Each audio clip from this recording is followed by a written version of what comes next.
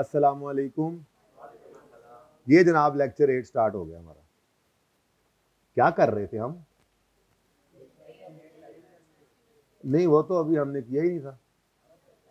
आपने पहले ही कर लिया, सुभान अल्लाह, माशाअल्लाह। लेकिन उससे पहले हमने क्या किया था? Exchange of asset. उससे पहले क्या किया था? डिस्पोजल। तो आज हम ऑल सेट टू गो हैं फॉर रीवैल्यूएशन। ठीक है, आज हम रीवैल्यूएशन स्टार्ट करेंगे। एक काम बीच में शायद मैं अभी छोड़ दूं, वो है एसेट अकाउंट को बुक वैल्यू पे प्रिपेयर करना। उसकी वजह यह है कि IAS 16 के टॉपिक में इसकी हमें कोई जरूरत नहीं है, लेकिन इसके अलावा जैसे कैश फ्लो का टॉपिक है, जैसे NPO का टॉपिक है, जैसे फाइनल अकाउंट्स के अंदर भी हमें कहीं ना कहीं जो है ये इन टॉपिक्स के अंदर सिंगल एंट्री है, इनके अंदर हमें ये एसेट अकाउंट बुक वैल्यू पे बनाने की जरूरत पड़ सकती है। तो ये करवाना तो मैंने है। अच्छा, वैसे मूड बन गया तो आज भी हो जाएगा, ना बना तो नहीं भी होगा, शायद हो ही जाए। लेकिन आज रीवैल्यूएशन हमने स्टार्ट करनी जरूर है। ठीक है, हो सकता है बिल्कुल बुनियादी लेवल की आज करूँ मैं, क्योंकि देखें कोई भी नई चीज़ हो ना तो मैं उसको ओवरडोज नहीं करता होता। तो स्लो पॉइजन है ना, थोड़ा सा पढ़ाना हो तो 1 घंटा मुझे काफ़ी है आज रीवैल्यूएशन के लिए। तो उससे पहले फिर हो सकता है ये कर भी ली। ठीक है, लेकिन आज हमने रीवैल्यूएशन स्टार्ट कर देनी है। खैर जी, फिलहाल तो बात करते हैं अपनी चेंज इन एस्टीमेट। अच्छा जी, एस्टीमेट बहुत सारे हम लगाते हैं अकाउंटिंग के अंदर, और फिलहाल मैं सिर्फ बात कर रहा हूँ उन एस्टीमेट्स की जो एस्टीमेट IAS 16 के प्रॉपर्टी प्लांट इक्विपमेंट के कॉन्टेक्स्ट में हम लगाते हैं। डेप्रिसिएशन एक्सपेंस एक एस्टीमेटेड फिगर है, क्योंकि इसके फॉर्मूला के अंदर आपको यूज होती नजर आ रही है residual value, useful life, even method of depreciation. ये सब के सब क्या है? एस्टीमेट्स। बेटा नहीं, मेथड भी एस्टीमेट होता है। मैंने आपको बताया था स्टैंडर्ड ये गाइडेंस देता है कि मेथड ऑफ डेप्रिसिएशन वो चूज करें जो आपके बेनिफिट के पैटर्न से डेप्रिसिएशन एक्सपेंस को मैच करवा दे। आपका अंदाजा था कि आपके पास एक एसेट है, वो आपको हर साल बराबर फायदा देगा। आपने स्ट्रेट लाइन मेथड को ऑप्ट कर लिया। 2 साल गुजरे तो आपने देखा नहीं यार, एसेट तो हर साल फायदा कम करता जा रहा है, तो मुनासिब है कि डेप्शन मेथड को बदल के रिड्यूसिंग बैलेंस कर लें। तो अंदाजा बदला है। ठीक है, पॉलिसी का तो नाम ही मैंने अभी तक नहीं लिया। IAS 8 में इंशाल्लाह करेंगे पॉलिसी किसे कहते हैं और चेंज इन पॉलिसी किसे कहते हैं और ये किस मुसीबत का नाम है। ठीक है, तो ये एस्टीमेट अंदाजा है जी। भाई अभी क्वेश्चन है 9 तो पीछे है। हाँ बोलो, क्या इस 9 में क्या करा दूं? ये हाँ करा दूं, देखता हूं मैं। फिलहाल चेंज इन एस्टीमेट की बात कर रहा हूं, ऐसे नहीं करना आपने। एक मैं चीज पढ़ा रहा हूं यार, रुको ना जरा, ये कर दो, इधर आ जाओ, फिर तुम पढ़ा लो। अच्छा जी, अच्छा वाला मैं जा रहा था ऐसे एकदम से।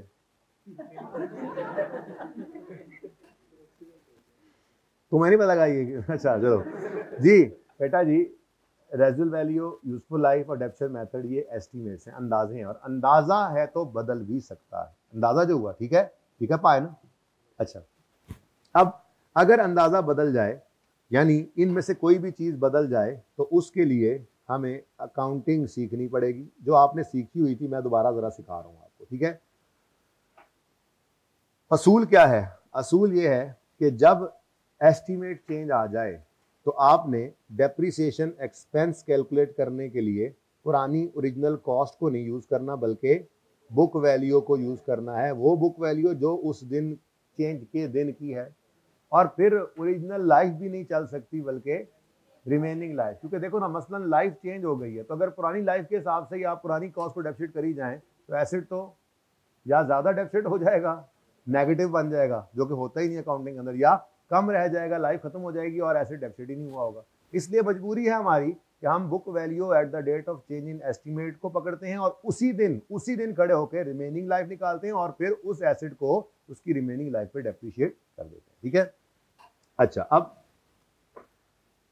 लेकिन एस्टीमेट चेंज के बारे में 2 बातें जहन में रखेंगे। पहली बात वो मैंने कल बताई नहीं। वो पहली बात यह है कि जब कभी एस्टीमेट चेंज हो, उसको अज्यूम करना है कि वो साल के पहले दिन से एप्लीकेबल है। वजह क्या है? देखें, हम ईयर एंड पे खड़े होकर डेप्शन एक्सपेंस निकाल रहे होते हैं। ठीक है, डेप्शन एक्सपेंस एक अंदाजा है। अगर मुझे साल के एंड पे भी आकर पता लग गया है कि हमारे एसेट की रेजिडुअल वैल्यू बदल गई है, या यूजफुल लाइफ बदल गई है, या मेथड बदल गया है, तो जब हमें साल के एंड पर पता लग गया है और अभी हमने इस साल की डेप्रिसिएशन निकालनी है, तो फिर पुराने एस्टीमेट से निकालना तो बेवकूफ़ी हुई ना। जब एक चीज़ का पता लग गया है कि ये रिवाइज हो गई है, क्योंकि थ्योरेटिकल डिस्कशन है, शायद मैंने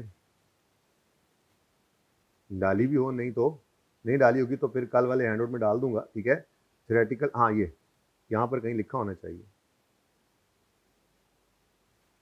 नहीं लिखा हुआ तो मैं फिर वो ले आऊंगा। बहरहाल स्टैंडर्ड ये डिस्कशन करता है कि आपने ये लिखा हुआ है, depreciation method applied to an asset shall be reviewed at least at each financial year end. Method को भी रिव्यू करना है। ऐसे ही लाइफ के बारे में भी कहीं लिखा हुआ है, वो भी कहीं लिखा हुआ है कि यहाँ पे ना, ये residual value and useful life of asset shall be reviewed at least eight each financial year end, and if expectation differs from previous estimate, changes shall be accounted for as a change in accounting estimate। अच्छा, change accounting estimate का मतलब ये होता है कि जो पिछले साल गुजर गए उनको कुछ कहने की जरूरत नहीं है, हाँ इस साल की डेप्रिसिएशन को सही कर लो और ऑनवर्ड्स भी फिर नए एस्टीमेट के साथ चलो। इसका मतलब होता है एस्टीमेट चेंज इन एस्टीमेट की अकाउंटिंग IAS 8 हमें सिखाता है प्रोस्पेक्टिवली करनी है। मुश्किल बातें कर रहा है वो आप कर रहे थे पहले से, बस बता रहा हूं कि इसका नाम क्या होता है, प्रोस्पेक्टिव एप्लीकेशन। मतलब जिस साल में चेंज आया है उस साल को सही कर लो और आने वाले सालों को सही कर लो, जो हुआ सो हुआ, उसको छेड़ने की जरूरत नहीं। लेकिन दो चीजें ऐसी हैं, चेंज इन अकाउंटिंग पॉलिसी, पता नहीं क्या होती है, आइए सेट में पढ़ेंगे, और दूसरा प्रायर ईयर एरर की करेक्शन। ये दो चीजें अगर आ जाएं तो इनकी एप्लीकेशन प्रोस्पेक्टिवली नहीं होती बल्कि रिट्रोस्पेक्टिवली होती है। जब से पॉलिसी चली आ रही थी वो चेंज किया तो तब से सही करके लाना पड़ेगा, जब एरर हुआ था तब सही देखेंगे आइए सेट में जाके, फिलहाल उसकी जरूरत नहीं है। फिलहाल तो मैं सिर्फ ये समझाना चाह रहा था कि चेंज इन एस्टीमेट हो तो उसकी अकाउंटिंग है प्रोस्पेक्टिवली, मतलब जो साल गए सो गए, उनको छेड़ने की जरूरत। अंदाजा था ना, अंदाजा की बुनियाद पे एक्सपेंस बुक कर रहे थे, अंदाजे में चेंज आ गई तो जो गुजर गया सो गुजर गया, आप पता लग गया ना तो आप सही कर लो। लेकिन इसमें सबसे इंपॉर्टेंट बात क्या है कि एस्टीमेट चेंज आपको साल में जिस दिन भी पता लग जाए, आपने उसको साल के पहले दिन से अप्लाई करना है एस्टीमेट चेंज को। क्योंकि सादा सी बात है, मैंने आपको बता दी, एक्सपेंस निकाल रहे हो आप, डेप्शन एक्सपेंस निकाल रहे हो, एस्टीमेटेड फिगर है ना, बोलो, तो ये रेंट के ऊपर पता लग गया कि लाइफ बदल गई है, तो फिर पुराने वाली लाइफ के हिसाब से गलत डेप्शन चार्ज करेंगे। अब तो फिर एस्टीमेट बदल गया, पता लग गया लाइफ बदल गई, तो अब तो डेप्शन को मतलब गलत एस्टीमेट के हिसाब से आप कर रहे हो accounting. True and fair view कैसे दोगे फिर अपनी फाइनेंशियल स्टेटमेंट्स का? तो जब पता लग गया, साल में जिस वक्त पता लग गया, आपने उसको इस साल के पहले दिन से अप्लाई कर देना है, ठीक है। तो चेंज इन एस्टीमेट, ये बात यहां पर कर रहा था खैर कि ये आपने हर साल शैल be reviewed at least at each financial year and. तो ये हमारे स्टैंडर्ड ने हमें गाइडेंस दी है, हर साल के एंड पे बैठ के देखो भाई जो लाइफ का एस्टीमेट लगाया था ठीक है या चेंज हो गया, जो रेजिडुअल वैल्यू सोची थी गड़बड़ तो नहीं हो गई, मेथड सही जा रहा है। मेथड के बारे में भी ये लिखा हुआ एंड पे, क्या डेप्शन मेथड भी हर साल के एंड पे कम से कम एक बार रिव्यू कर लो, सही है या चेंज करने की जरूरत है। अगर ऐसा है तो उसको क्या कर लो, उसको चेंज इन अकाउंटिंग एस्टीमेट के तौर पे जो है वो ट्रीट करो, मतलब उसी साल की डेप्शन को सही कर लो और ऑनवर्ड्स फिर उसी नए एस्टीमेट के हिसाब से चलो, जो हुआ सो हुआ, उसको कुछ कहने की जरूरत नहीं। तो फिर चेंज इन एस्टीमेट के अंदर पहली चीज जो आपने याद रखनी है कि ये साल के पहले दिन से एप्लीकेबल करना है। ये पहले सुना हुआ है आपने, ये वाली बात पहले सुनी हुई है? Very good very good very good. तो इससे बहुत फायदा होगा इंशाल्लाह आपको। अच्छा, जिन्होंने नहीं सुनी परेशान ना हो गए, उन्हीं के लिए तो बता रहा हूँ। अगर सब ने सुना होता तब भी शायद बताता, लेकिन सब ने नहीं सुना हो तो इसलिए तो बता रहा होता हूँ, ठीक है, कोई मिस भी हो जाएगी। तो साल के पहले दिन से एप्लीकेबल करेंगे, अप्लाई करेंगे, ठीक है जी, पहली बात। दूसरी बात, एक तो साल के पहले दिन से अप्लाई करेंगे और दूसरी बात बुक वैल्यू, हाँ वही वही साल के पहले में अप्लाई करेंगे। चलो दो बातें, दूसरी बात क्या है जी, इसको प्रोस्पेक्टिवली अप्लाई करेंगे। प्रोस्पेक्टिवली का मतलब क्या है, जो हो गया सो हो गया कह लो, या सिर्फ करंट प्लस फ्यूचर को चेंज करोगे, पास्ट को छेड़ने की जरूरत नहीं है। और तीसरी बात है कि आपने डेप्रिसिएशन निकालने के लिए यूज करना है बुक वैल्यू एस्टीमेट चेंज के दिन वाली और रिमेनिंग लाइफ एस्टीमेट चेंज के दिन वाली। ये तीन बातें आपको बस पता हो तो चेंज इन एस्टीमेट की अकाउंटिंग आपके लिए कोई मसला नहीं। ओके जी, लो किधर गया करंट लग गया। ले जी, तीसरी चीज क्या है जी कि आपने फॉर डेप्रिसिएशन आपने जो चीजें यूज करनी है वो कौन कौन सी हैं जी। एक तो book value at date of change in estimate, at date of change in estimate.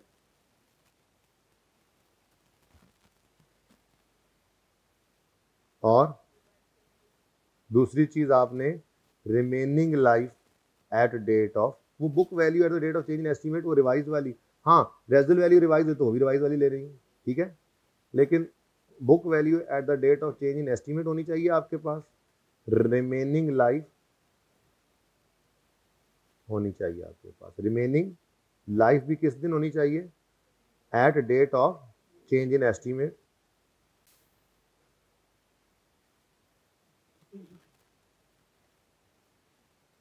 और रेजिडुअल वैल्यू भी अगर है सवाल में रिवाइज होगी तो रिवाइज ले लो, और अगर रिवाइज नहीं हुई तो पुरानी वाली ही ले लोगे, कोई मसला नहीं है, ठीक है। तो ये तीन बातें आपने ध्यान में रखनी है। नंबर 1 अप्लाई करोगे साल के पहले दिन से, और अप्लाई करोगे प्रोस्पेक्टिवली, और डेप्रिसिएशन निकालने के लिए बुक वैल्यू एस्टीमेट चेंज के दिन निकाल लोगे, और रिमेनिंग लाइफ भी एस्टीमेट चेंज के दिन निकाल लोगे। हाँ रेजिडुअल वैल्यू रिवाइज हो जाए तो वो भी तो एक रिवीजन ही है, तो रिवाइज वाली ही लेनी है। और अगर रिवाइज नहीं हुई तो लाइफ बदल गई, रेजिडुअल वैल्यू नहीं बदली तो भी एस्टीमेट चेंज ही है, लेकिन फिर रेजिडुअल वैल्यू पुरानी वाली ही चलाते जाना। ओके चल, अच्छा जी अब इसको भी उसी वर्किंग के फॉर्मेट पे कर लेते हैं, ठीक है। वो Umar purchase an asset costing 20,000 on यकम जनवरी 12, लाइफ ऑफ एसेट इज 10 साल और रेजिडुअल वैल्यू इज 2000 ऑन यकम जनवरी 14। इन सवालों करने का तरीका क्या होता है,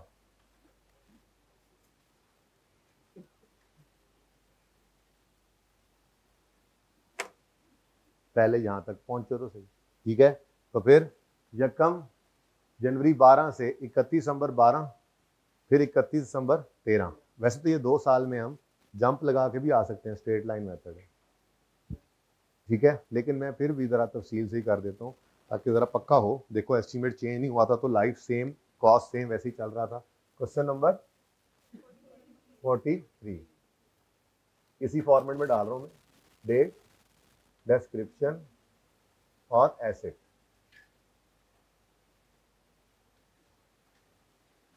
कितने सवाल हैं ये वैसे, शायद 4 आ जाए, 5वां उधर कर लेंगे, सारे आमने सामने देखते हैं ना, सारे करने नहीं पड़ा रहे फिलहाल जी। अब किस दिन एसेट खरीदा जी, 2012। कॉस्ट क्या है इसकी 20,000। 20,000 नहीं लिख रहा मैं, एडा में चला नहीं, हाँ 1000 में करें बस, इतनी जगह पे आ भी जाएगा। तो रुपीज इन 1000 में कर रहा हूँ सवाल, कॉस्ट आ गई जनाब 20, ठीक है। अब डेप्रिशिएट करते हुए डेट मत लिखा करो, उससे गड़बड़, ये आगे के लिए तैयारी कर रहा हूँ, आगे काम जो करने हैं इससे गलती होने के चांसेस होते हैं, ठीक है।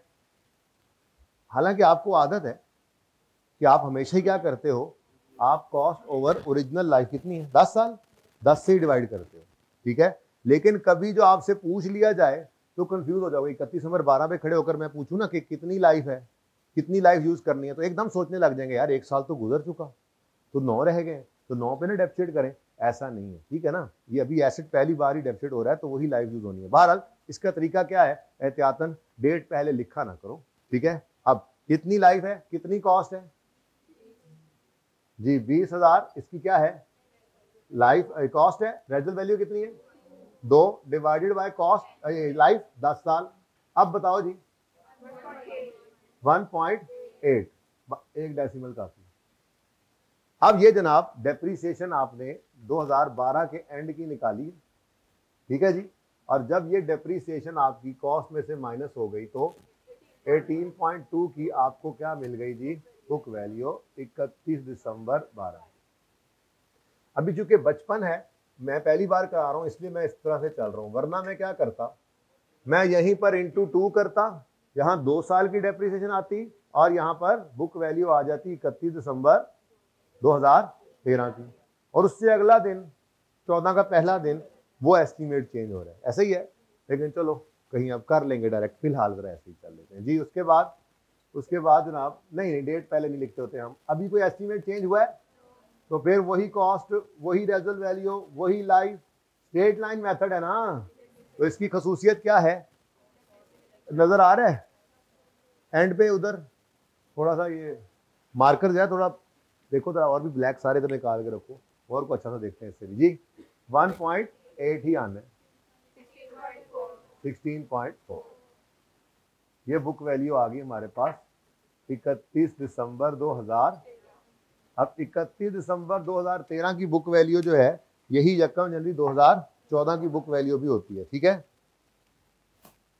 तो वैसे ही मेरी आदत है, आपको पता है मैं यहाँ पर लिख लिया करता हूँ, जब हमारे साल में एंटर होते थे और डिस्पोजल हो रहा था तो तब भी ऐसे ही लिख लेते थे, याद है, इससे जरा गलती के चांसेस नहीं रहते। अब जनाब 14 वाला साल शुरू हुआ और हमारे सवाल ने क्या लिखा, इसी दिन ही हमें पता लग गया कि it is estimated that remaining life is only 6 years, ठीक है। तो रिमेनिंग लाइफ क्या है जी, तो हमने कहा जी ओहो इस दिन तो क्या हो गया, 1 जनवरी 14 पे क्या हो गया, एस्टीमेट चेंज हो गया, ऐसा ही है। लेकिन ये डेट तो मैं यहां पर नहीं लिखूंगा ना, वो तो मैंने ऊपर लिखी है। अब जिस दिन एस्टीमेट चेंज हो जाए, अगर उस दिन हम बुक वैल्यू और रिमेनिंग लाइफ को यूज नहीं करेंगे तो गड़बड़ क्या होगी, लाइफ रिमेनिंग कितनी रह गई है 6 साल, ओरिजिनल 10 थी, इस हिसाब से जितने साल गुजरे थे तो रहती कितनी थी 8। अच्छा अगर मैंने कोई चेंज ना की डेफिनेट एक्सपेंस की कैलकुलेशन के पैटर्न में तो ये 1.8 1.8 1.8 1.8 6 साल बाद पूरा एसेट डेफिसिट ही नहीं होना और हमारे एसेट की यूजफुल लाइफ खत्म हो जानी। तो इसलिए हमारे लिए ज़रूरी है और मजबूरी है कि हम क्या करें, जो बुक वैल्यू एस्टीमेट चेंज के दिन है अब उसको पकड़ें और जो रिमेनिंग लाइफ है उसके ऊपर इसको डेप्रिशिएट कर दें ताकि ये अपनी यूजफुल लाइफ के एंड तक फुली डेप्रिशिएट हो जाए, ठीक है। हाँ रेजल वैल्यू तो वही एज्यूम करेंगे, वो तो चेंज नहीं हो रही। तो क्या कह रहा है, estimated that remaining life is only 6 years। तो रिमेनिंग लाइफ सवाल में दे दी उसने, कभी कभी रिमेनिंग लाइफ देता है, कभी टोटल देकर रिमेनिंग आपसे भी निकलवा लेता है, दोनों काम देख लेंगे। लेकिन फिलहाल तो जब 14 वाले साल की डेप्रीसिएशन निकालने की बारी आई तो बुक वैल्यू हमें चाहिए किस दिन, नहीं ओपनिंग नहीं, किस दिन, एस्टीमेट चेंज के दिन। ये बोलो हमें बुक वैल्यू किस दिन की चाहिए, चेंज इन एस्टीमेट के दिन, और एस्टीमेट चेंज का दिन क्या है। तो वर्किंग की फॉर्मेट ही ऐसा है वर्किंग का कि हमें ये बुक वैल्यू एस्टीमेट चेंज के दिन वाली पहले से ही मिल गई, निकालनी नहीं पड़ी। तो 16.4 हमने ले लिया। अच्छा उसके बाद अगर रेजिडुअल वैल्यू रिवाइज हो गई है तो रिवाइज्ड वाली ले लो, नहीं हुई है तो कोई रिवीजन का जिक्र नहीं है तो डिवाइडेड बाय, लेकिन इसको डिवाइड करना है हमने किससे, रिमेनिंग लाइफ से। ये रिमेनिंग लाइफ किस दिन खड़े होकर निकालनी है, इसीलिए मैं कह रहा हूं कि कभी भी यहां पर 31 दिसंबर 14 पहले नहीं लिखना। अगर 31 दिसंबर 14 लिखा और रिमेनिंग लाइफ आपको खुद निकालनी पड़ रही हुई तो गड़बड़ कर जाओगे, ठीक है। रिमेनिंग लाइफ निकालनी किस दिन है, जिस दिन एस्टीमेट चेंज हुआ, ठीक है। अगर हम खुद निकालें रिमेनिंग लाइफ इस दिन तो कितनी बनती है, हम कहेंगे जी 10 साल लाइफ थी, 10 साल लाइफ थी, 2 गुजर गए तो रिमेनिंग कितनी है 8। अगर यही होता तो एस्टीमेट चेंज नहीं था, पर उसने क्या कहा, अब रिमेनिंग कितनी रह गई है 6, तभी तो हम कह रहे हैं कि ये क्या हो गया, एस्टीमेट चेंज। तो फिर चेंज इन एस्टीमेट के दिन खड़े होकर बुक वैल्यू निकालेंगे, इसी दिन खड़े होकर रिमेनिंग लाइफ निकालेंगे। सवाल में तो उसने निकाल कर दे दिया ना, पहला सवाल है, ठीक है। तो डिवाइडेड बाय 6, 2.4। अब बुक वैल्यू, अच्छा ये 2024 की डेप्रीसिएशन है और 14 की। अब यही तो कहा जा रहा है कि 12-13 जो गुजर गए उनकी डेप्रीसिएशन को छेड़ने की जरूरत नहीं है। अंदाजा उस वक्त यही था, बदल गया आके, लेकिन अब जब पता लग गया तो फिर 14 और ऑनवर्ड्स यही चलेगा। यानी अगर अब अगले 6 साल दोबारा कोई एस्टीमेट चेंज ना हो तो अगले 6 साल फिर मेथड भी नहीं बदला ना, तो स्ट्रेट लाइन के हिसाब से हर साल डेप्रीसिएशन 2.4 के हिसाब से होती चली जाएगी। यानी अगले साल भी डेप्रीसिएशन, ये जान के मैंने इसीलिए एक साल का किया ताकि ये दिखा सकूं कि फिर से स्ट्रेट लाइन चल रहा है तो फॉर्मूला अब फिर सेम रहेगा। अगले 6 साल कोई चेंज ना आए तो अगले 6 साल यही फॉर्मूला चलता जाएगा, ठीक है। 2.4 और बुक वैल्यू 6, ठीक है जी। एक मिनट रंगी ना दिया करो, 1 मिनट। बुक वैल्यू 31 दिसंबर 2015 की, इससे आगे जाने की जरूरत नहीं है। वैसे सवाल की रिक्वायरमेंट क्या थी, क्या रिक्वायरमेंट, डेप्रीसिएशन एक्सपेंस निकालने का कहा गया था, तो ये वर्किंग का फॉर्मेट तो फिर जरूरी भी नहीं था, लेकिन हेल्पफुल तो था। और फिर सवाल ये थोड़ा ही आना है पर्चे में आपको डेप्रीसिएशन एक्सपेंस निकाल दो, लेकिन सवाल ये जरूर आ सकता है कि यही एडजस्टमेंट दे दे और कहे पीएनएल के बैलेंस शीट के एक्सट्रैक्ट्स बनाओ। तो बैलेंस शीट में क्या जाया करता है, एसिड की बुक वैल्यू, जिस साल की बनानी होगी उस साल का क्लोजिंग उठाकर लिख दोगे, ये स्टिल हेल्पफुल है। हालांकि सिर्फ इस सवाल की रिक्वायरमेंट के हिसाब से देखें तो मैंने वर्किंग ज्यादा की है, काम थोड़ा था, लेकिन वो सवाल में जो चीज आती नहीं है उसकी तैयारी तो नहीं करा रहा मैं। तो इस तरह से वर्किंग कर लेने से फायदा क्या है, एक तो एस्टिमेट चेंज के दिन बुक वैल्यू भी अवेलेबल है, वो निकालने की जरूरत नहीं पड़ेगी, और दूसरा कॉन्टिन्यूटी के अंदर ये वर्किंग चलती जाएगी। कई सवालों के अंदर आपको ये देखना, बल्कि आज रिवैल्यूएशन स्टार्ट अगर हो गई तो उसके अंदर भी आप देखेंगे फॉर्मेट यही है वर्किंग का, इसी को ही लेकर चलें, ठीक है जी। अब पूछे सवाल, वो तो मैंने कहीं नहीं लिखा हुआ देखा, नहीं कहाँ नहीं, मेरे नोट्स पे दिखाएं, मेरी किताब पे दिखाएं, कहाँ है? नहीं, काली पट्टी के नीचे तुम्हें कैसे नजर आ रहा है? हाँ जी, कोई मसला? अब आए समझाता हूँ, ठीक है। ये समझ आ गई बात, तो रूल समझ आ गया है ना। अब कभी कभार ऐसा होता है, आई कैप का फेवरेट काम ज्यादा क्या है, वो आपको रिमेनिंग लाइफ नहीं बताएगा, बल्कि सवाल में यूं गिवन होगा, on Ekam January 14 it is estimated that it's total life is 8 year. अगर ऐसे सवाल दे दे, अब देखो टोटल लाइफ कितनी थी ओरिजिनली, 10, ओरिजिनली टोटल लाइफ कितनी थी 10, और अगर वो एस्टिमेट चेंज में रिमेनिंग की बजाय टोटल का ही एस्टिमेट चेंज बता दे, वो क्या कहना चाह रहा है? वो कह रहा है 2 साल गुजर गए, टोटल लाइफ 10 अज्यूम की थी ना, सबर मैंने भी बोलन दो, मैं भी करो खेलना है। अगर वो कह रहा है यकम जनवरी 14 पर ओरिजिनली तो 10 साल लाइफ थी ना, 2 साल गुजरने पर वो क्या कह रहा है, नहीं जी टोटल लाइफ 8 साल है, ये ऐसे टोटल 8 साल चलेगा। तो अगर ऐसा सवाल में कर दे तो रिमेनिंग लाइफ हमें खुद निकालनी पड़ेगी, उन सवालों में रिमेनिंग लाइफ खुद निकालनी पड़ेगी। तो यहां पर अंडरलाइन करके लिख लेते हैं, कोई मसला नहीं। अगर टोटल लाइफ दे दे तो रिमेनिंग लाइफ हम खुद निकालेंगे। कैसे निकालेंगे? 8 जो टोटल लाइफ आ गई और जितने साल गुजर चुके 2, तो ये टोटल माइनस जो लाइफ पास होगी, तो रिमेनिंग खुद निकाली 6। सोल्यूशन पे तो कोई असर नहीं पड़ेगा।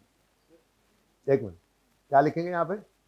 अगर सवाल में टोटल लाइफ दे दे तो रिमेनिंग लाइफ हम खुद निकालेंगे। कैसे? टोटल माइनस लाइफ पास करके। नहीं समझ आ रही? ये बात नहीं समझ आ रही? क्या नहीं समझ आ रही?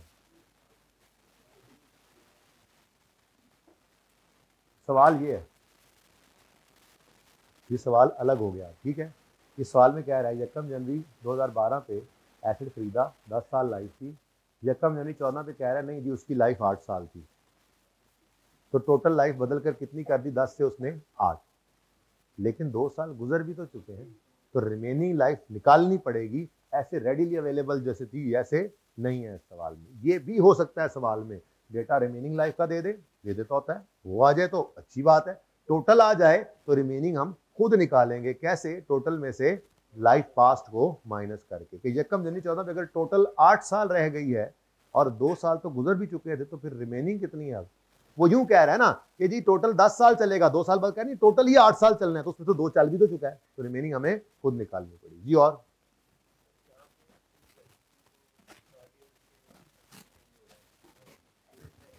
तब भी मैंने क्या लिखा है ऊपर, साल के पहले दिन से अज्यूम करेंगे। यस, नहीं, चलो मैं इसको भी बदल देता हूं।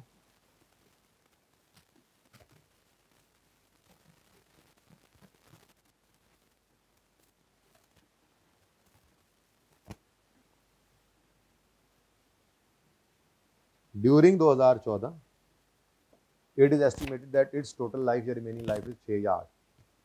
सोल्यूशन वही है।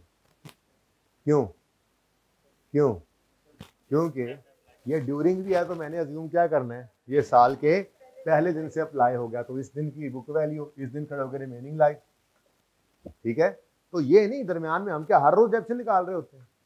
अच्छा, अब साल के आखिरी दिन भी अगर ये हो लिखा हुआ, यूं लिखा हो एट 31 दिसंबर 2014 लाइफ चेंज हो गई है, तब भी उसको एप्लीकेबल तो साल के पहले दिन से करना है। लेकिन लाइफ एक ऐसी बदतमीज चीज है, ये वाली लाइफ, ठीक है, कि इसको फिर +1 करना पड़ सकता है। लेकिन पूरे FAR के अंदर कोई एक सवाल भी ऐसा नहीं है, पहले के जमाने में होते थे, ICAP ने गायब कर दिए हैं, यानी ICAP अब इस चीज को इस तरह से टेस्ट करता ही नहीं है। अगर यूजफुल लाइफ देगा तो ड्यूरिंग ही बोलता है, तो ड्यूरिंग को भी हम क्या कर देते हैं साल के।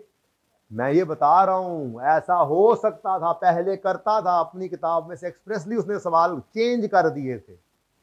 बच्चे को हम उस वक्त मैं समझाता था, अब जरूरत नहीं है, पहले चलो बोल देता हूं। अगर यहाँ लिखा हो ना ऑन 31 दिसंबर 14 लाइफ चेंज हो गई, अब 31 दिसंबर 14 पे लाइफ चेंज हो गई, तो हमारे पास ही है ना अभी 14, तो हमने इसकी डेप्रिसिएशन नए एस्टीमेट से करनी है, तो एप्लीकेबल तो इसको साल के पहले दिन से करेंगे, लेकिन जो लाइफ 31 दिसंबर 14 पे देगा उसमें +1 करना मजबूरी हो जाएगी। लेकिन ऐसा कोई सवाल आपको FAR के अंदर, क्या FAR 2 के CR जो अब हो गया, FAR 1 FAR 2 नहीं है आपके सवाल, इसलिए टेंशन मत लें। ड्यूरिंग ही होगा या यकम जनवरी बोलेगा, ड्यूरिंग भी बोलेगा तो क्या करेंगे, साल के पहले दिन से अज्यूम करेंगे, और साल के पहले दिन से जब अज्यूम कर लिया तो फिर इस सवाल की आमिर भाई जागे, इस सवाल की सेहत पे क्या असर पड़ा, कोई असर नहीं पड़ा। Okay, got it. होर को मेरे लायक जी।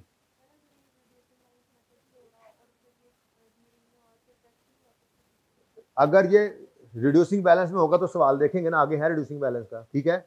वैसे रिड्यूसिंग बैलेंस मेथड के अंदर हमने रेट निकालना होता है लाजमी, तो अगर एस्टीमेट चेंज होगा तो रेट दोबारा निकलेगा, और अगेन रेट भी किस दिन निकलेगा, जिस दिन एस्टीमेट चेंज को अज्यूम कर लिया, नहीं साल के पहले दिन। एस्टीमेट चेंज ने साल के पहले दिन ही आ जाना है। मतलब साल के पहले दिन का मतलब क्या है, हम साल के पहले दिन खड़े होकर डेप्शन निकाल देंगे, नहीं नहीं, मतलब ये है, इधर देखो, ये अब बात यहां से समझ आएगी। इस एसेट की कॉस्ट किस दिन पे पड़ी है, यकम जनवरी 12 पे। इस एसेट की यूजफुल लाइफ कितनी है, 10 साल। ये किस दिन 10 साल है, तो आप ईयर एंड पे डेप्शन निकालते हुए 10 क्यों यूज कर रहे हैं, 9 कर लें।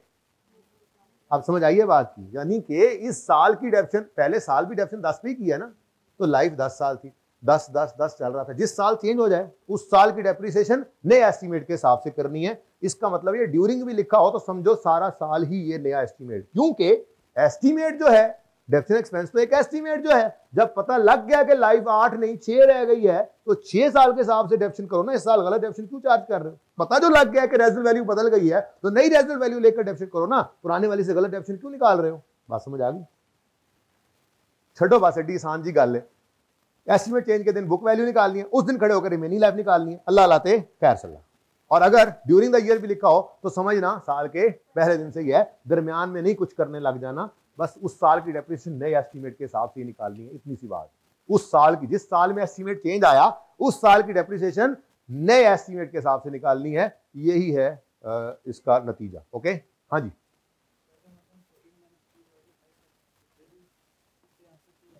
-2/5 क्या है, वो छाड़ दे भाई, मैनू पता है, फनकारियां ना कर, ठीक है जी, वो किसी वक्त फिर बताऊंगा जब जरूरत पड़ेगी, ठीक है ना, अभी ये तो सिखा लूं। भाई ये कहना चाह रहे हैं कि कॉस्ट में रिड्यूसिंग स्ट्रेट लाइन में ना कॉस्ट ओवर ओरिजिनल लाइफ करें या बुक वैल्यू और रिमेनिंग लाइफ करें तो आंसर सेम आता है। ये बात करके मैंने आगे कुछ सिखाना है, उसमें मैं आपको उल्टबाजी नहीं लगवा सकता आपकी, ठीक है ना। सो जैसे कर रहे हैं वैसे करें। फिलहाल जो असूल याद करवाया वो क्या है, एस्टीमेट चेंज है साल के। आपको ना मैंने एक सवाल शायद इस वीकेंड पे होमवर्क में देना है। आज क्या दिन है? यानी कि बुध। अच्छा, 2 दिन रह गए। इंशाअल्लाह जुमातुल मुबारक को आप जब जा रहे होंगे तो आपके साथ एक होमवर्क जा रहा होगा, नाम होगा उसका पियानो लिमिटेड। हा, क्या खूबसूरत सवाल है। उस सवाल के अंदर सुभान अल्लाह, उस सवाल के अंदर पता है क्या है? उस सवाल के अंदर साल के एंड शायद ना दे सकूं, लेकिन फिर मंडे ट्यूसडे को मिलना है। लेकिन वो सवाल है, वो असल में वो मेरे साथ ही ये ज़हन में आ गया कि उसमें रीवैल्यूएशन साल के एंड पे है, जबकि मैंने आपको अभी शुरू करवाना है साल के स्टार्ट पे रीवैल्यू करना। तो आज वो चीज़ शायद ये इस वीकेंड तक, वो अगले वीक में भी शायद मंडे ट्यूसडे को पढ़ेंगे। बहरहाल वो सवाल आपने करना है, पहले आपने करना है फिर मैंने करना है। उस सवाल की खास बात है जो किसी और में नहीं, 1-2 सवाल में और भी है। अच्छा, वो खास बात क्या है? वो खास बात यह है कि उस सवाल में ईयर एंड पे रीवैल्यूएशन हो रही है और साथ ही एस्टीमेट चेंज भी हो रहा है। तो वहां जाके आपका ऐसा कोई जुगाड़ फेल हो जाएगा, ठीक है। और मेरे वाला असूल वहां पे याद आएगा। हम पहले क्या करेंगे, एस्टीमेट चेंज को अज्यूम करेंगे साल के पहले दिन से अप्लाई हो गया, यानी कि उस साल की डेप्रिसिएशन नए एस्टीमेट से निकालेंगे, नए एस्टीमेट से डेप्रिसिएशन निकालकर उसको ईयर एंड पे लाएंगे और फिर उसको रिवैल्यू करेंगे। अब ये जैसे करवा रहा हूं ना, प्लीज वैसे कर लें तो ज्यादा फायदा हो जाएगा, ठीक है ना। ओके, कुएं के अंदर मेंढक बाहर से गिर गया ना अंदर, छोड़ो, ये मैं वो नहीं कहने लगा था, लेकिन मैंने कहा शायद बच्चे कहीं और फिट ना कर दें, फिर कभी ये मिसाल दूंगा, ज़हन में आ गई थी। हाँ जी, सब समझ आइए ये बात। तो रिमेनिंग भी दे सकता है और टोटल भी दे सकता है, ठीक है। हाँ जी, क्वेश्चन नंबर 44 में क्या है जरा देख लेते हैं, करने वाला या नहीं। ऑन 1 जनवरी 15 एसेट की कॉस्ट थी 90 और रेजल वैल्यू थी 10 और लाइफ थी 16।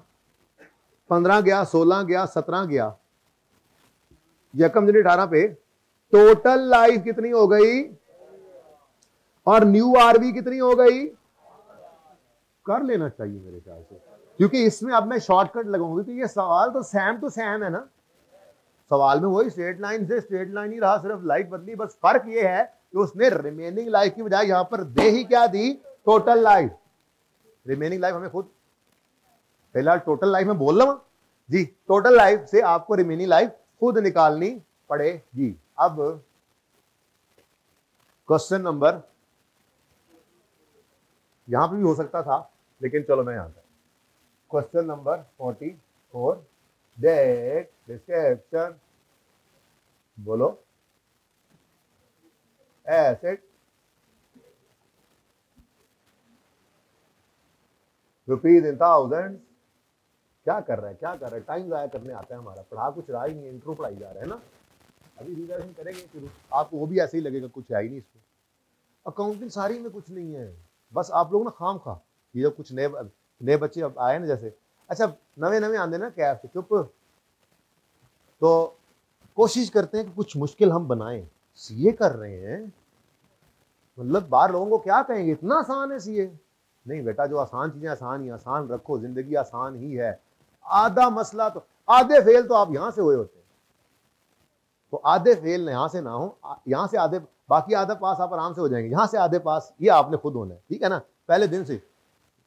सीधी बात लिखी है? नहीं आई क्या सीधी बात? नहीं, कुछ तो गड़बड़ होगी इसमें, है ही सीधी बात तो यार, सीधी है ना। तो सादा बातें हैं, सादा रखे। किस दिन एसेट खरीदा? 1 जनवरी 15, कॉस्ट 90, सवारी 90 वाला 90। उसके बाद एस्टीमेट चेंज किस दिन हो रहा है? क्या वारदात का तरीका बताया था आपको, जहां पर वो एस्टीमेट चेंज कह रहा है ना, उससे आगे नहीं पढ़ना। 1 जनवरी 18 पे आओ, मतलब 31 दिसंबर 17 पे आ जाओ पहले, ठीक है। तो 31 दिसंबर 17 पर डेप्रीसिएशन नहीं, बेसिकली तो अक्यूमुलेट ऑप्शन है, लेकिन मैंने डेप्रीसिएशन लिख दिया था, जगह बच गई। 90 माइनस, अच्छा नहीं, मैं मेरी मर्जी, बोलो बोल, cost minus residual value over useful life 16। अब ये 1 साल की डेप्रीसिएशन है, सुनो और बोलो मत, सुनो, ये 1 साल की डेप्रीसिएशन है। अगर 1 साल की डेप्रीसिएशन निकालूंगा तो 31 में 15 में बुक वैल्यू आएगी, 2 की निकाल दूंगा तो 16 पे आ जाएगी, अगर 3 की निकाल दूंगा तो 17 पे आ जाएगी। मुझे यहीं पे पहुंचाना है इसको, क्योंकि यकम जनवरी 18 पर एस्टीमेट चेंज हो रहा है, 3 साल की डेप्रिसिएशन। पागल हूं मैं ऐसी वर्किंग करूंगा? आप बोलो हम पागल हैं कोई? हम पागल नहीं है। अच्छा इनटू 3 कर दिया बेटा मैंने ना 15, ये मैंने जंप लगाया बच्चों, बुक वैल्यू आ गई। ये किस दिन की है? 31 दिसंबर 17, जिसको हम प्यार से यकम जनवरी 18 भी कह देते होते हैं ना अकाउंटिंग में। अब जी ये एस्टीमेट चेंज का दिन आ गया, वो दिन जिसका आपको इंतजार था। क्या हुआ इस दिन? इस दिन एस्टीमेटेड है कि टोटल लाइफ 10 साल हो गई है। मतलब जब एसेट खरीदा था ना तो हमारा ख्याल था 16 साल चलेगा। 3 साल गुजरने पर हम कह रहे हैं नहीं नहीं, इस 10 साल चलेगा टोटल। खुद वो कह रहा है टोटल 10 साल चलेगा। तो मतलब रिमेनिंग कितना है फिर ये खुद निकालना पड़ेगा। ठीक है, ये मैंने पिछले सवाल के अंदर बताया था। तो अंडरलाइन करो 10 को, ये कहो क्या टोटल है ना, तो क्या करोगे? रिमेनिंग खुद निकालोगे। तो 10 माइनस, अच्छा अब इधर देखो, डेप्रिसिएशन निकलने लगी है 2018 की। 18 का साल शुरू हो गया ना, 2018 की डेप्रिसिएशन निकलनी है तो 90 ले लेंगे ना। अब 90 नहीं ले सकते क्योंकि एस्टीमेट चेंज हो गया। ठीक है, तो एस्टीमेट चेंज किस दिन हुआ है? इस दिन की बुक वैल्यू फाड़ लो एनू। अच्छा अगली बात, रेजिडुअल वैल्यू अगर रिवाइज हो गई है तो नहीं हुई तो रेजिडुअल वैल्यू भी रिवाइज हो गई है और डिवाइडेड बाय 7 क्यों? तो 10 लेना। अच्छा वैसे बाय द वे 16 में से 3 गुजर गए थे तो यकम जनवरी 18 पर रिमेनिंग 13 थे, लेकिन अब रिमेनिंग आप कह रहे हैं 7। तो यही तो एस्टीमेट चेंज है। मैं ये वैसे जरा कर रहा हूँ, रिवैल्यूएशन में भी ऐसा करना पड़ सकता है ना। ठीक है जी, डिवाइड बाय 7, बस एक ही साल की डेप्रिसिएशन निकाल दो, काफी आगे जाने की क्या जरूरत है। 10 65 इनफ। देखो जी अगर अगले 7 साल अब मजीद कोई एस्टीमेट चेंज ना हुआ तो 10-10 रुपए की डेप्रिसिएशन आती जाएगी, यहां तक के 70 रुपए डेप्रिशिएट हो जाएंगे और एंड में 5 रुपए रेजिडुअल वैल्यू बुक वैल्यू ही बची पड़ी होगी। ठीक है, तो ये जनाब 65 काफी है। ये सिर्फ फॉर्मेट पक्का करा रहा हूँ, बार बार मैं कह रहा हूँ इन सवालों की रिक्वायरमेंट के हिसाब से। तो भाई ये कौन बोल रहा है यार? असगर बताओ, सोए आप? बोल रहा है पीछे से फिर कोई? ये जो इधर वाले बोल रहे हैं ना, इधर वाले, ये मुझे पता है, मैंने सिर्फ असगर को कहा है कि वो देखे। जी बोलो बेटा।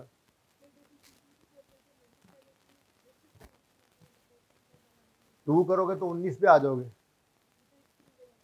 मतलब वो तो मैंने वैसे जरा, ये असल में ना सवाल इस तरह से होंगे, मसलन आपको ये सवाल गिवन होगा और आपको कहेगा 18 के साल में आप खड़े होगे और कहेगा जी मसलन पीपी का नोट बना दें या एक्सपेंस निकाल दें, तो हम पागलों की तरह हम सारी वर्किंग करने नहीं बैठ जाएंगे। हम जहाँ पे मुमकिन होगा जंप करके उस साल रेलेवेंट पहुंचेंगे। जरा वो सिखाया और कुछ। क्यों इतना डर रहे हैं आप लोग? चले कुछ नहीं होता, मैं नाल ही अच्छे मार गया तो वखरी गल है, हले तो क्यों नहीं जूना हो जी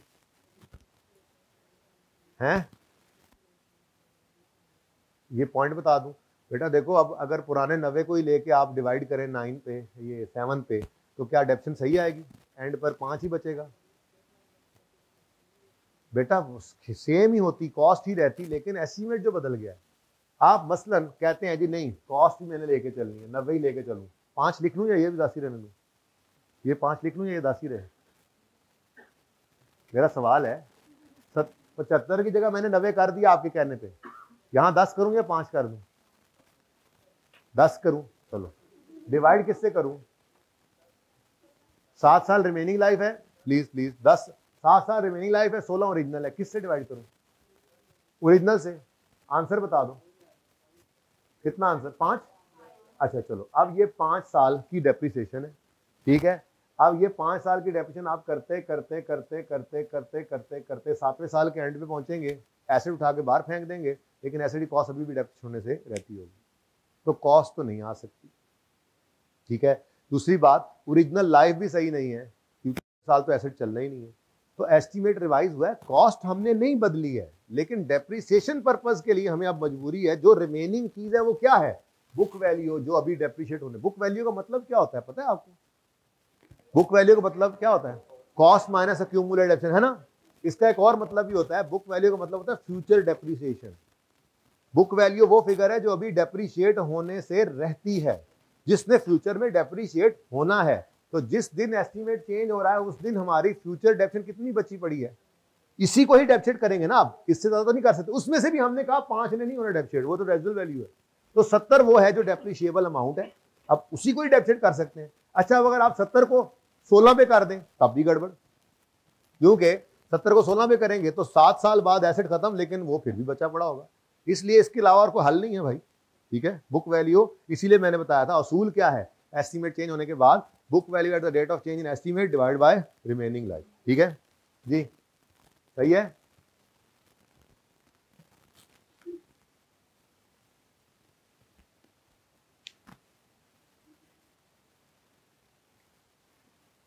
अच्छा जी, नेक्स्ट।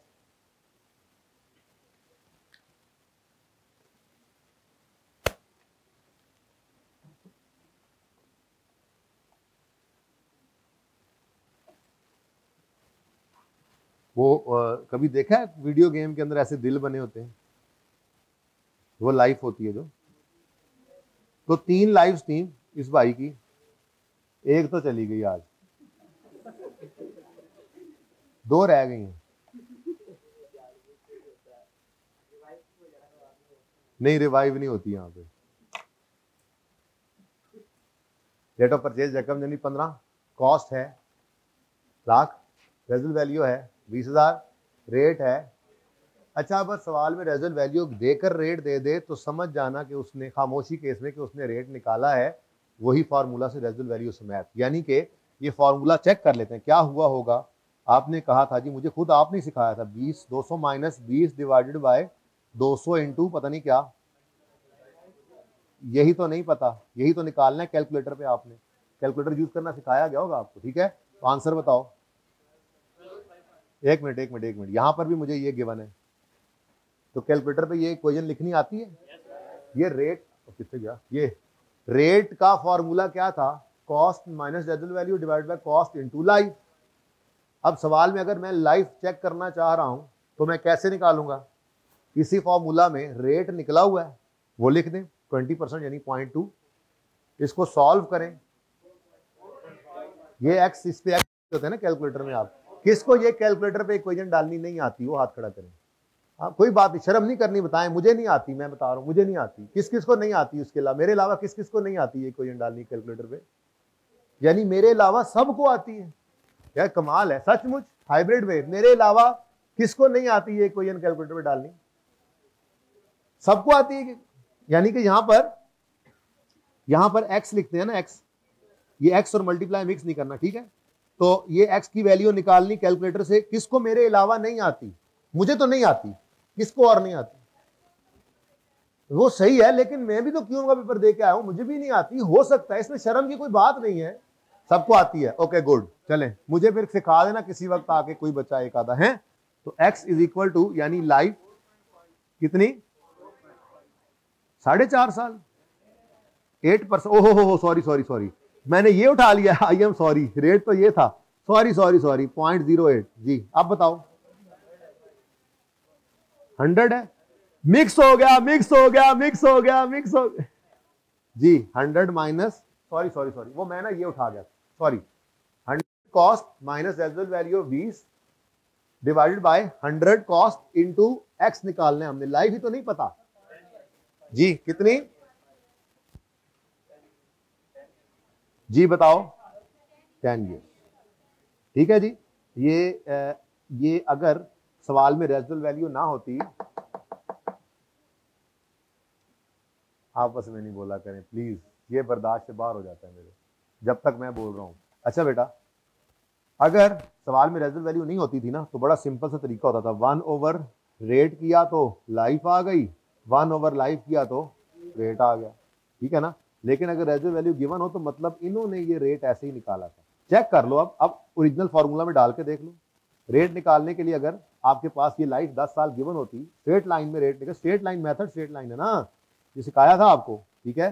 तो क्या होता है जी, आप कहते हैं जी 100 minus 20 divide by 100 into 10 is equal to, into 100 बाद में कर देते बेशक, इज इक्वल टू, यही आना था, यही आना है। रिवर्स वर्किंग से जब ये आया तो यही बनता था, तो ये गिवन था, ये मिसिंग हो गया सवाल में से, तो फिर उसी के लिए हमने लाइफ निकाल ली। क्यों निकाली है? डेप्रिसिएशन मेथड चेंज हो गया, तो फिर नया रेट, ओ ये तो फाइल में एरर आ गया लगता है, गायब किया गया है। अब रेट निकालना है रिड्यूसिंग बैलेंस वाला। रिड्यूसिंग बैलेंस का फॉर्मूला डिफरेंट, उसमें जो लाइफ लेनी है वो रिमेनिंग लेनी है। रिमेनिंग तब निकलेगी जब ओरिजिनल का पता होगा। अब पूरे FAR के अंदर किसी सवाल में आपको इस तरह से लाइफ निकालने की जरूरत नहीं पड़ी। अगर कभी निकालनी भी पड़ी है तो सादा सवाल होता है जितने भी हैं सवाल, उसमें रेजल्ट वैल्यू गिवन नहीं होती, तो 1 over useful life into rate या 1 ओवर रेट इनटू लाइफ निकालना एक सेकंड का काम होता है। ये तो मुश्किल तरीन काम आपको करा दिया मैंने। खैर एनीवेज, ये लाइफ होगी तो रिमेनिंग निकाल पाओगे ना। बात समझ आई? ये इसमें कैच था थोड़ा सा, लेकिन इंट्रो करके आए बच्चे कह रहे हैं, इसलिए कोई मसला नहीं है उनको। ठीक है, हाँ पहले सवाल शुरू करें अब। अच्छा सवाल अच्छो सवाल है, अच्छो। 1 मिनट, केड़ा सवाल थी? मैं देखा फिर ये पढ़ने लगा था। अब ये देखो 15 16 17 18 यार्ड, इतनी ज्यादा, चलो कोई बात नहीं, यार्ड कर लेते हैं। यार्ड 15 16 17 18, 3 है ना, 3 मैं यहां कर लूं, हो जाएगा इंशाल्लाह। Question number 45। यार रिवैल्यूएशन शुरू करनी, खैर है कल भी कर सकते हैं। डेट, ये जो आपस में बोल रहा है इस वक्त बच्चा बोल रहा है, जो इसको आइडेंटिफाई किया जाए।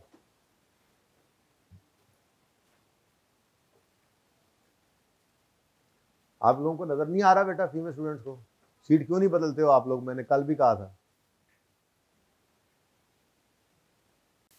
ये डेट है, ये डिस्क्रिप्शन है, इसको देखने की जरूरत भी नहीं है। ठीक है, फिगर नजर आनी चाहिए बाद में। Date, description, acid.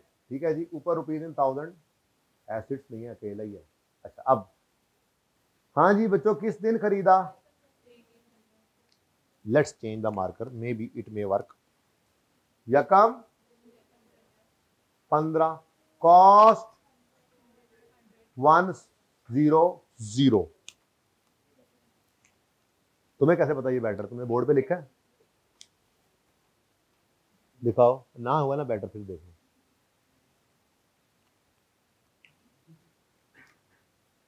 उसके बाद जी कब आ रहा है चेंज? यकम जनवरी 17। तो इसका मतलब 15 16 2 साल गुजार सकते हैं। अब मुझे पहले ही बता दो, जो मुझे बाद से खज्जल करना देते, मैं एक एक साल अलग अलग लिखूं या मल्टीप्लाई बाय 2 कर दूं? अच्छा एक बात है, 15 16 17 18 4 साल है ना, मैं करता हूं। ठीक है, क्योंकि इसमें स्ट्रेट लाइन से रिड्यूसिंग बैलेंस है, जरा अच्छा है दोनों अलग अलग नजर आए। ठीक है, तो 1 साल की डेप्थ निकालो बस। Okay, depreciation 100 minus resale value नहीं करनी, क्योंकि आपको मैंने चेक करवाया है। तो भाई अगर सवाल में रेजल वैल्यू के साथ रेट दे तो पक्की बात है रेट निकालते हुए उसने रेजल वैल्यू को, अनलेस कि वो खुद कह दे रेट निकालते हुए मैंने नहीं यूज किया, वैसे नहीं कहेगा, एक ही करनी। अच्छा मैं क्या मेरे नाल करनी है? हाथ हो गई। ये आप लिख कर भी ना पर्ची पे छोटी सी दे सकते थे। मैं क्या मुझसे को सवाल करना एक बात कर लूं, मैं पीछे मुड़ के गल करनी शुरू करती। तुसी हद होगी यार, तुसी मतलब मैनू जुगता लांदे हो इतना यार। मैं तो मजाक दी जगह वहां, वैसे है वहां, लेकिन करया ना करो। ठीक है, लेट मी डू दिस मजाक। अच्छा भाई रेजल वैल्यू माइनस कर दें, ये उस दिन सिखाया था ना, ये काम किया था हमने, मैंने खुद सिखाया हुआ। इसलिए जी कितना रेट है भाई? 1 ही साल की रेट। बुक वैल्यू, अच्छा ये मैंने इसलिए अलग अलग किया दोनों साल का, ताकि मैं जरा वो एक बार फिर दोबारा रिवाइज करवा दूं यही वाली बात। बेटर तो था लेकिन जल्दी दम तोड़ गया। अच्छा उसके बाद डेप्रीसिएशन अगले साल की निकालनी है मैं 16 की डेप्रीसिएशन निकालने लगा हूं तो क्यों न का ना ना ना ना ना ना पहले पूरी बात करो। मेथड ऑफ डेप्शन है सीधी लकीर वाला, इसलिए चना नच्चा सॉरी चुनाचे क्या करेंगे, रेट को किसमें लगाएंगे, कॉस्ट पे। ठीक है, तो जब तक स्ट्रेट लाइन मेथड यूज होता रहेगा तब तक हर साल कॉस्ट भी रेट लगेगा, रोड़ा पे आ गया जी, और रोड़ा पे आ गया जी। 100 इंटू 8 बेटा, 100 इंटू 8 है ये, एक तो आखिर बेटा आप ना सीट चेंज करो, कल लाजमी में आते साथ इंशाल्लाह मैं याद से ये काम करूंगा। ओके अच्छा जी, आपको नजर आ रहा है एंड पे, बेहतरीन जी बेटा जी। 8 आ गया जी, 84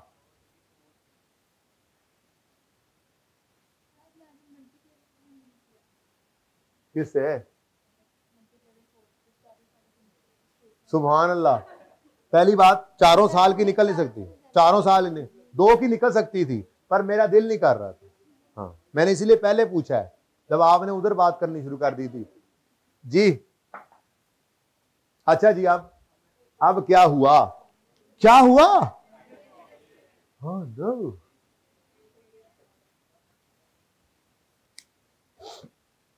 अब जी अगर एस्टीमेट चेंज हो गया है तो अब डेप्रीसिएशन के लिए नंबर 1 चेंज क्या आएगा, book value at the date of change in estimate लेना है।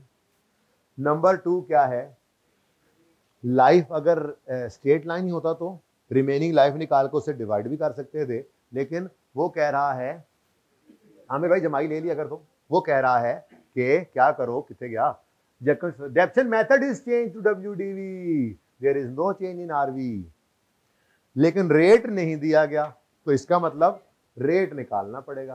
अब सुनो सुनो सुनो सुनो और सुनो सुनो, मैं भी करो खेडन आया हूं, ये रेट निकालना है जी हमने। अब रिड्यूसिंग बैलेंस मेथड का रेट निकालने का फॉर्मूला मुझे भूल सा रहा है, रेट निकलता है 1 माइनस nth रूट S/C। अच्छा अब इधर देखना जरा please please please please please, Billu देना Billu. What is this, this is useful life, what is this, this is residual value या scrap value, what is this is cost. Now ये सब के सब ओरिजिनल पहले दिन अगर एसेट खरीद कर लाएं तो रेट निकालने के लिए ये सब चीजें ऐसे होती हैं, लेकिन अगर एसेट चल रहा था दरमियान में ऐसा कोई मामला आ गया, एस्टीमेट चेंज के दिन ये रेट निकालना पड़ रहा है, तो मुंदरजा झैल तब्दीलियां इस फॉर्मूले में आएंगी। तब्दीली number 1, remaining useful life, useful life की बजाय रिमेनिंग यूजफुल लाइफ यूज करेंगे, रेजुअल वैल्यू की बजाय रिवाइज्ड रेजिडुअल वैल्यू यूज करेंगे, रिवाइज ना हुई तो पुरानी भी चल जाएगी, और कॉस्ट की बजाय बुक वैल्यू किस दिन वाली, at date of change in Indian accent, Indian accent at date of change in, अच्छा एस्टीमेट। ठीक है मेरे बच्चों, हाँ भाई सवाल, तो ऐसे से क्यों कर रहे थे, छेड़ते हो मुझे। अच्छा जी लो जी, अब रेट निकाल लें फिर, तो 1 माइनस, अब यही तो मसला था, ये n क्या चाहिए हमें, रिमेनिंग लाइफ। ठीक है, रिमेनिंग लाइफ तब निकलेगी जब हमारे पास ओरिजिनल लाइफ होगी, तो हम कहेंगे उसमें से 2 लंघ गए थे बाकी n है, तो इसलिए फिर वो वर्किंग करनी पड़ी, जो वर्किंग अब मैं फिर किधर इसको कहता हूं वर्किंग 1। ठीक है जी, इसको मैं कह रहा हूं वर्किंग 1.1 या वर्किंग 2 कर लो आपको 1.1 जी।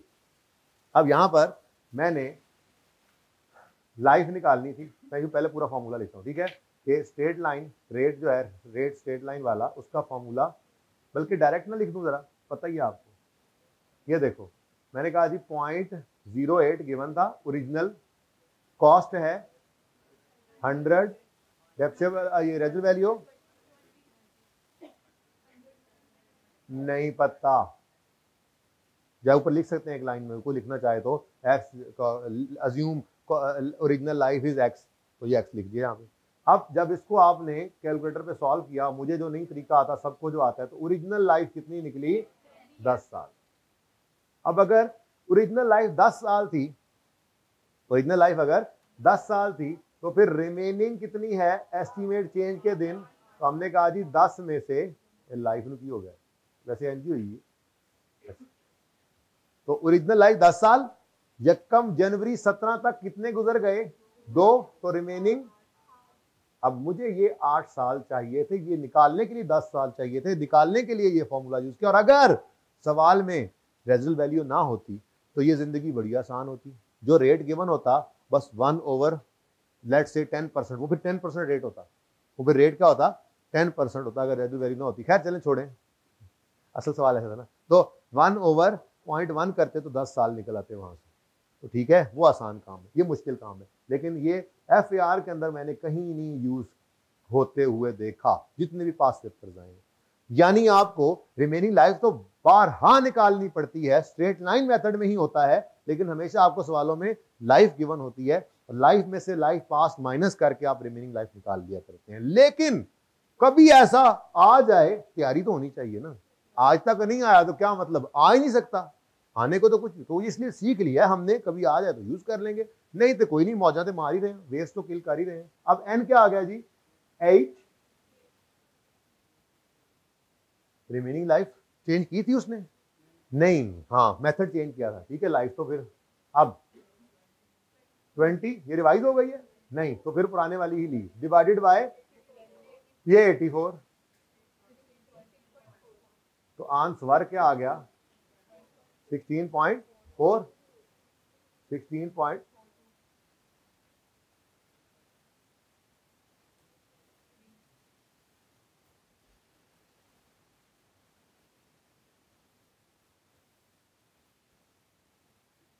जी 16.42%, ये वर्किंग नंबर 1 से आया, और 13 पॉइंट, लो जी 13.8 ना कर लें, बड़ी मेहरबानी, फरमाएं जी book value 70.2। Now this is the book value of 31 December 17।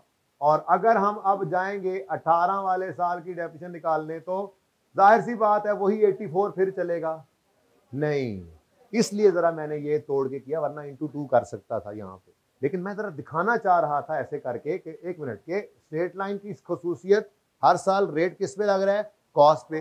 Reducing balance की खसूसियत क्या है? बुक वैल्यू पे रेट लगेगा हर साल 16.42% ही है जी।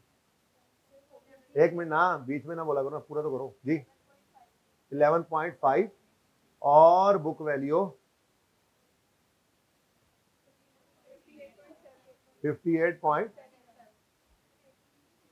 हाँ 18 जी, 31 दिसंबर 2004, ठीक है।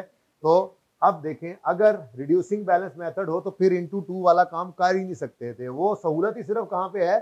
स्ट्रेट लाइन है। तो अगर मैं पर्चे में ये सवाल कर रहा हूं और मुझे ये सवाल लेट्स से पर्चे में, जो कि नहीं आता, पर पर्चे में ये सवाल आया हो, तो मैं क्या करूंगा उस वक्त? तो चूंकि मैं सीख चुका हूं ना सब चीजें, तो मैं 2 साल के लिए जंप लगा लूंगा इंटू 2 करके। सुन लो इधर, 2 साल का जंप लगा लूंगा, यहां पहुंच जाऊंगा। लेकिन अगले 2 साल में जंप शंप अनलेस के शॉर्टकट आप खुद करें, जरूरत नहीं है, ठीक है। बहरहाल स्ट्रेट लाइन में कॉस्ट चल रही थी हर साल, और रिड्यूसिंग बैलेंस में आपको क्या चाहिए होता है? बुक वैल्यू, रेट उस पर लगता है। तस्वीर खींच लो, सवाल है पूछ लो। वाह शेर बन गया। एक मिनट लिख लो, शेर लिख लो। एक बच्चा शेर लिखने पे भी रखना है मैंने, कौन लिखा करेगा? तो रहने दे यार, मजाक कर। बहरहाल तस्वीर खींच लो, सवाल पूछ लो। हाँ जी बेटा, फिर मेरा कसूर नहीं है अगर ये ऊपर से गुजरा है, तो इसमें कुछ ऊपर से गुजरने वाला नहीं था। आप खुद क्लास में आएंगे तो सब समझ आएगा, ठीक है। हाँ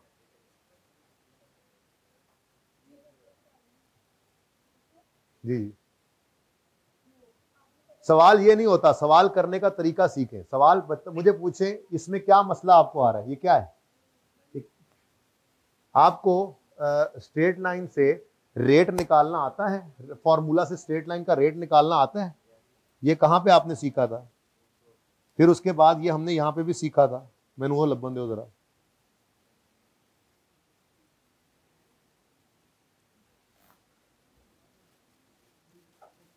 कितने वे मुंडियो, इधर है।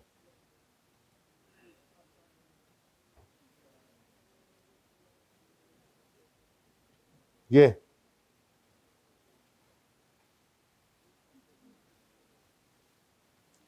रेट निकालने का फॉर्मूला है। अच्छा, अगर रेट निकालना है तो ये सब चीजें होनी चाहिए, पर अगर रेट निकाल के दे दो और इनमें से कुछ मिस कर दे तो नहीं निकल सकता। सिंपल सा काम किया है, वही मैंने यहां पर सिखाया था। ये पहले मैंने यहां पर सिखाया है।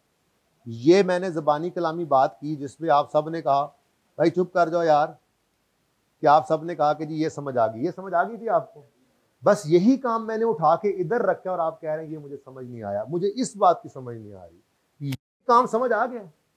तो यहां पे क्या है भाई, इसलिए मैं कह रहा हूं भाई क्लास में आओ। तो बेटा फिर जगह बदलो। कमाल है यार। जी क्वेश्चन।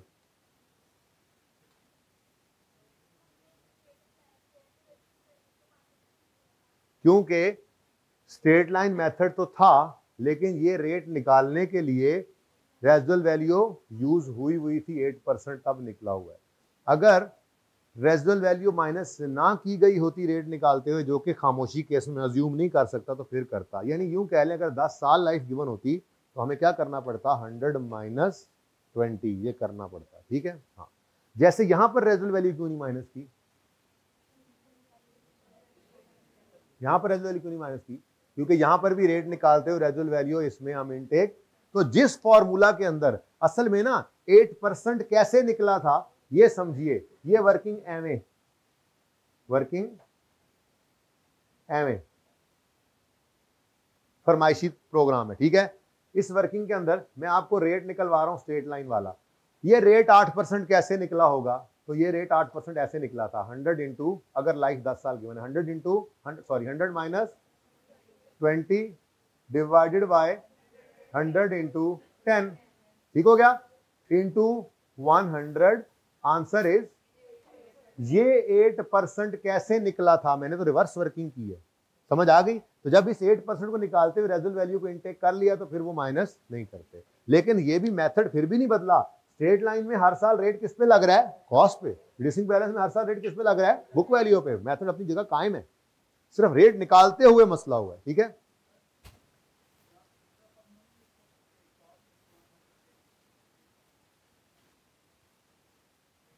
बेटा वो बुक वैल्यू निकालने के लिए रिड्यूसिंग बैलेंस का है, वो स्ट्रेट लाइन का नहीं है। कहीं पर किसी ने कहा है कि नहीं रेट के लिए? क्या मतलब? बुक वैल्यू ये वाली निकालने के लिए, नीचे वाली बुक वैल्यू उसने रिक्वायर की है मुझसे निकालनी। जी निकालनी, अगर हो तो निकाल लें, कर सकते हैं। जी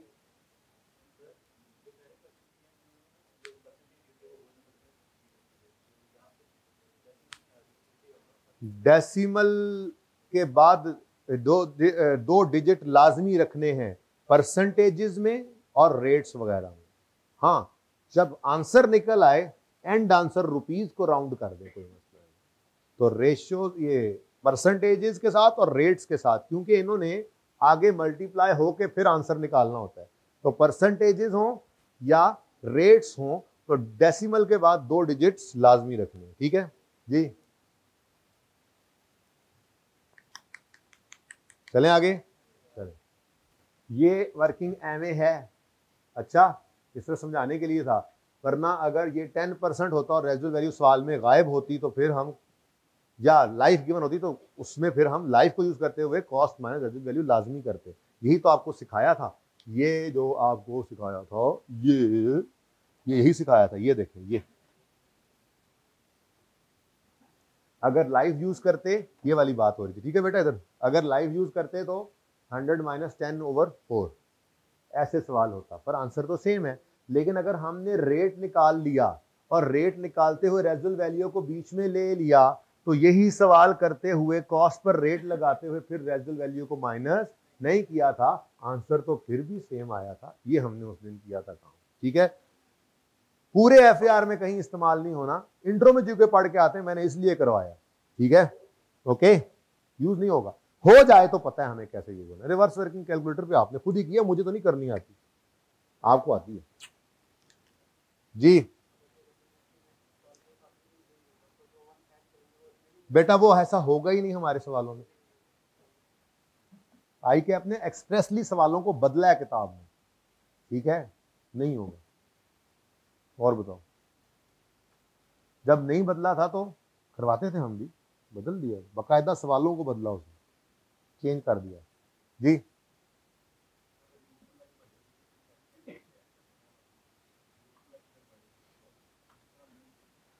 हाँ, रिमेनिंग लाइफ जरूरी नहीं है कि कम हो, रिमेनिंग लाइफ बढ़ भी सकती है। यानी आपका वो भाई किधर गया, वो अच्छे तरीके से एसिड इस्तेमाल करने वाला कौन था, कौन था है? आपने ये आराम आराम से एसिड इस्तेमाल कर रहा था, तो 5 साल सोचा था कि एसिड ने चलना है, 2 साल बाद हमने कहा नहीं 5 साल और चलना है, तो जरूरी नहीं है कि कम ही हो, बढ़ भी सकता है। डिफरेंस नहीं ऐड करना, रिमेनिंग लाइफ लेनी है उस दिन खड़े होकर, तो रूल यही, ठीक है, रिमेनिंग लाइफ, अब जैसे मर्जी सोचो उसको। अच्छा जी, नेक्स्ट